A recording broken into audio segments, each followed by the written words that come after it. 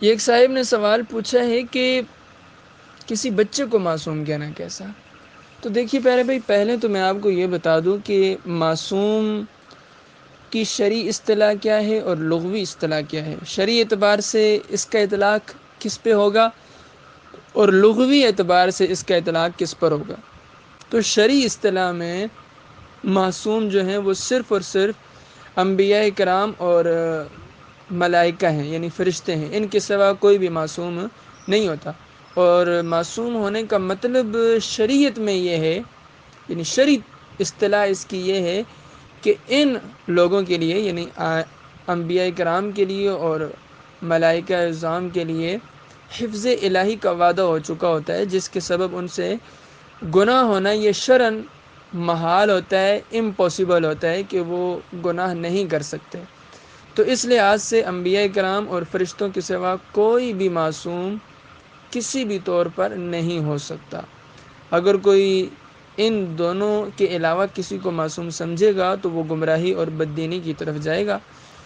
لہٰذا ان کے علاوہ کوئی بھی معصوم نہیں ہے۔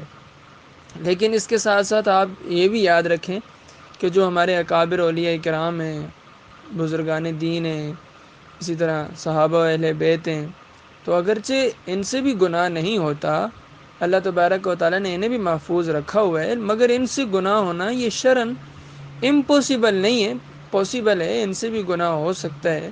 لیکن وہ اس گناہ پہ قائم نہیں رہتے، اللہ انہیں فوراً رجوع کی توفیق عطا فرما دیتا ہے اور وہ توبہ کر لیتے ہیں۔ لہٰذا اس حوالے سے بھی کسی قسم کی غلط فہمی کا شکار نہیں ہونا چاہیے۔ تو اس کے بعد اب آپ اپنے سوال کا جواب سن لیں کہ ابھی تو میں نے شرعی اصطلاح بیان کی معصوم کی، لیکن جو عرف عام میں جو بچوں کو معصوم کہا جاتا ہے، وہاں شرعی معنی جو ہے وہ مراد نہیں لیا جاتا، بلکہ وہاں لغوی معنی مراد ہوتا ہے معصوم کا۔ اور معصوم کا لغوی معنی آپ دیکھ لیں، اس کا لغوی معنی ہوتا ہے بولا بالا یا سادہ بندہ یا سیدھا سادہ چھوٹا بچہ جو ہوتا ہے، یا ناسمجھ کم سن بچہ، اس طرح کے جو معنی ہیں وہ اس کے لغوی معنی ہوتے ہیں، تو اس پر ہی اسی کا اطلاق ہوگا۔